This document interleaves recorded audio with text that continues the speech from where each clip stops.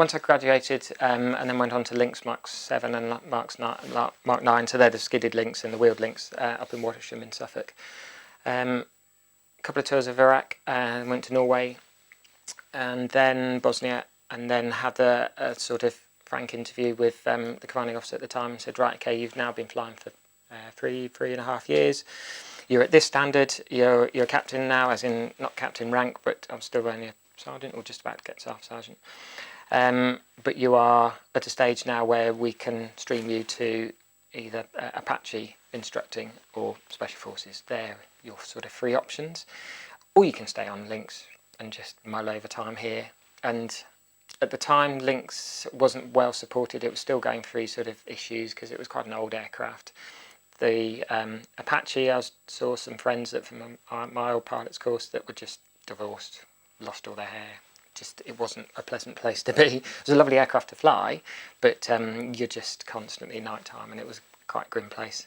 Instructing, I was like, nah, yeah, not for me. I had the little motto: those that can do and those that can't teach, which is probably very wrong. But I thought, no, I'm not going down the instructing route. So I got selected then to go down the Special Forces route, and then I had to do various selection courses and various different flying techniques that was then transpired in 6 years of flying for Special Forces, initially abroad and then back the last 3 years with UK counter-terrorism.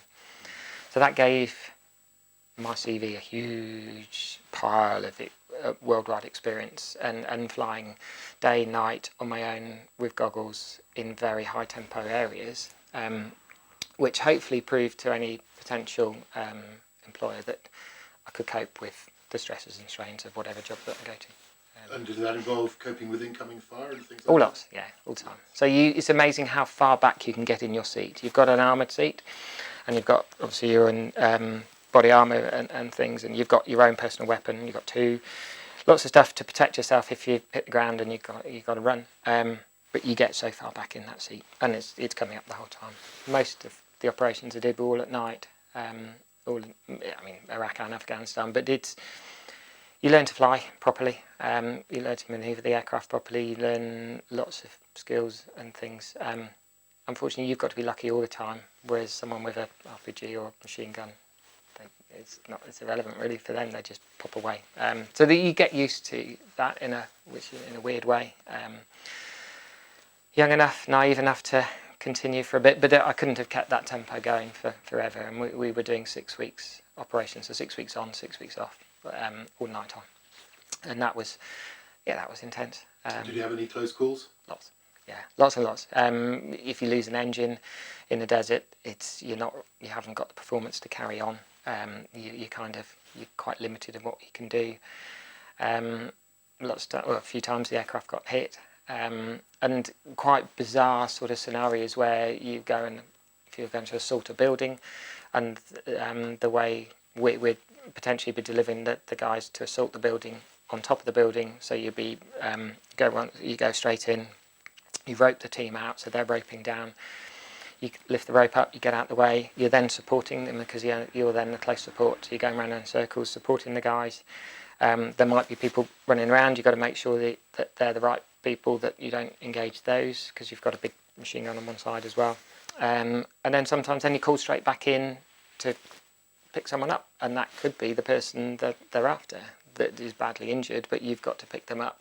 And you're only on the ground for 20 seconds maximum.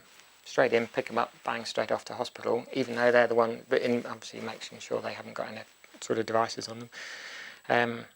And then back in to support the guys. So it was very full on. But the level of support that we had was out of this world. Of all the different levels above, so you've got drones, you've got big gunships, C-130, so the big Hercules gunships further up, and these Predators, and then if one incident where a Puma was crash landed, we were involved with that. They were trying to stop a car, and they stopped the car and crashed in the process. We were late to the job because we weren't involved, but they called us in.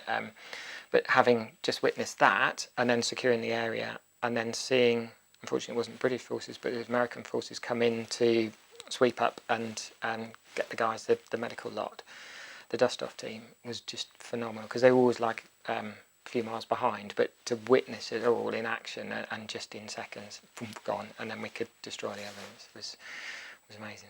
Destroy evidence. Because it's the propaganda thing of having aircraft parts, or even if it's body parts potentially, with the whole media thing, and they get hold of it, and that's not great.